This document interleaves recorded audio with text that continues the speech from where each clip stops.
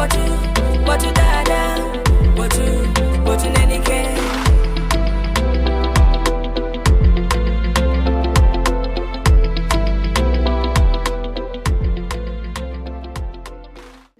Hello, dear saints, and welcome to Grace Thoughts with Chill. It's another wonderful day. What a wonderful opportunity to renew our minds by the grace of God. And today I'm going to be talking about the judgment of rebels. The judgment of rebels. What is the future of rebels? This is the question we will be answering today. What's the future of rebels? What's the future of rebels? Who are the rebels? First of all, let's define the rebels. The rebels are those who hear the word of God and reject it. The word concerning Jesus, and they say no. So we're going to answer the question, what will happen to them? Those who hear the preaching of the gospel and they reject it, they refuse to accept it, and they go their way. What will happen to them? Everybody is not a rebel, and everybody will not be a rebel. Everybody is not a rebel. There are people who will live this life, and there are people who have lived this life, and they never heard and will never hear the words of the gospel. That's a fact. That's a fact. I know there are some people who want to condemn everybody. They want to condemn everybody. Trust me, there are people who never heard the word of God. They lived in this life. They lived for 20 years, 30 years, 60 years, 100 years, 120 years, they never heard of Jesus. There are people who, unfortunately, for one reason or the other, don't even live long or long enough to have an opportunity to hear the gospel. Think about those who die of sickness at a very young age. They never heard. So they're not the ones we're talking about today. Because there are so many people, millions and millions of people who never heard the word of God or will never hear the word of God, the word of the gospel, the word that says, believe in Jesus and be saved. And a lot of people are concerned about such people. They should not worry because Jesus answers the questions concerning the future of these rebels, the judgment. Before we even read where Jesus responds or answers this particular question, I want to make something very, very clear. This whole idea that a lot of people have that God is going to judge those who hear his word and don't believe it or don't accept it. If that's what you've heard, brother, sister, it's not true. It's not true. There is this picture that a lot of Christians create or promote out there, and it's an image where Jesus is seated on the throne and people are coming to him, those who disobeyed his commands, who refused to receive him, who refused to believe in him.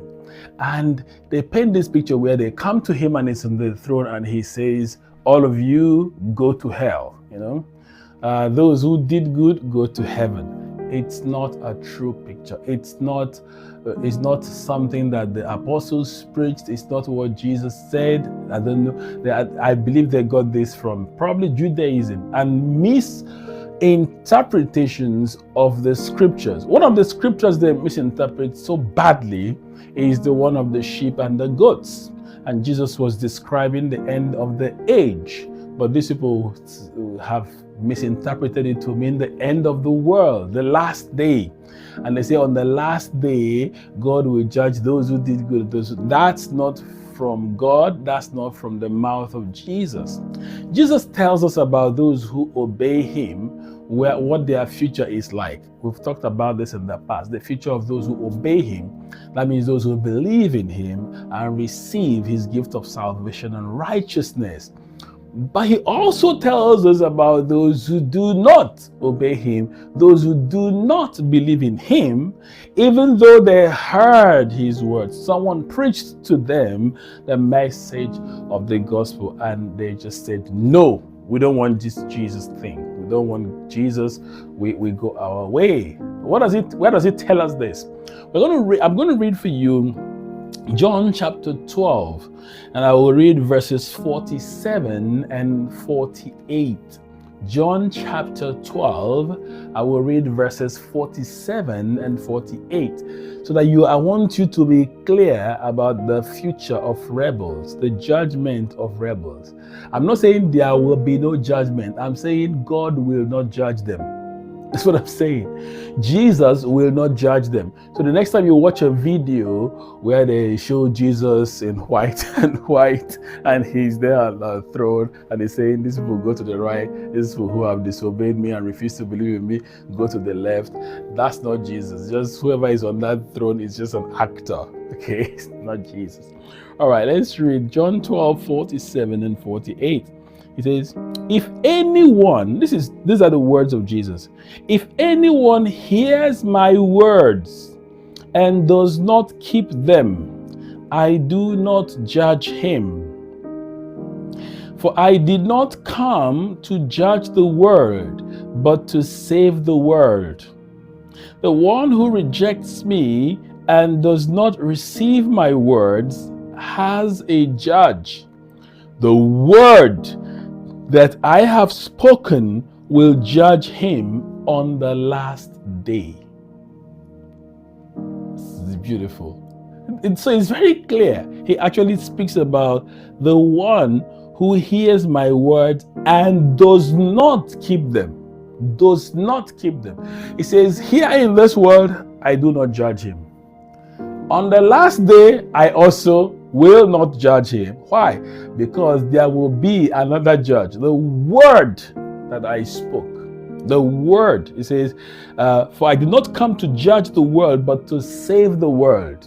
So he says, it's not my business to condemn people. It's not my business.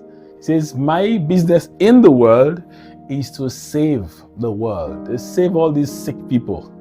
Okay? This is my business. I've come to save. I've come as a physician. I've come to help people. I've come to deliver people, not to judge them. See, why is this important for grace-based people? When you have the right consciousness and the right attitude, when you have the Jesus kind of attitude, you begin to think like him. And whenever you find yourself in a situation where you are facing those who disobey the word, your focus is, I've come to save, I've come to save, I've come to save, I've come to save, I've come to save, not to judge, not to judge. It's not my business to judge. It's never my business to judge. Even if I'm tempted to judge, I refuse to judge because it's not my thing. I've come to save. Okay, so that's the consciousness you have. That's number one. But also, you don't threaten them. Oh, in the future, Jesus, you are giving a wrong impression that it's not Christ, it's not Jesus, it's not God. When you tell them God will judge you, on the last day God will judge you, stop threatening people. Jesus says, I will not judge them. And what it says, but what will judge them is the word that I spoke to them. So when on the last day, these people are going to say, I heard the word, I didn't obey it. That is judgment. I heard the word, I heard it. There was a Fidelis guy and he had this YouTube thing. He preached the word to me. I heard it. I heard it. There was another guy, there was another minister, there was this sister, and this sister shared the word of God with me.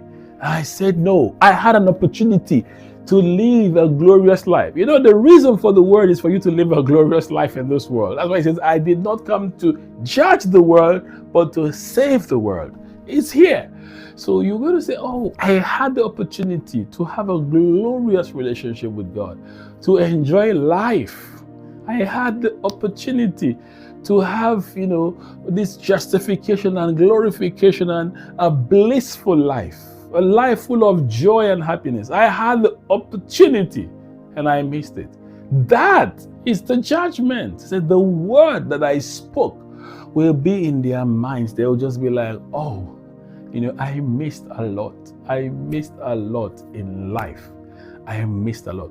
Though I think people focus too much on, they need to be punished forever with fire. That's not any of God's business. God is there. It's like someone who has offered you food and you decide to go hungry.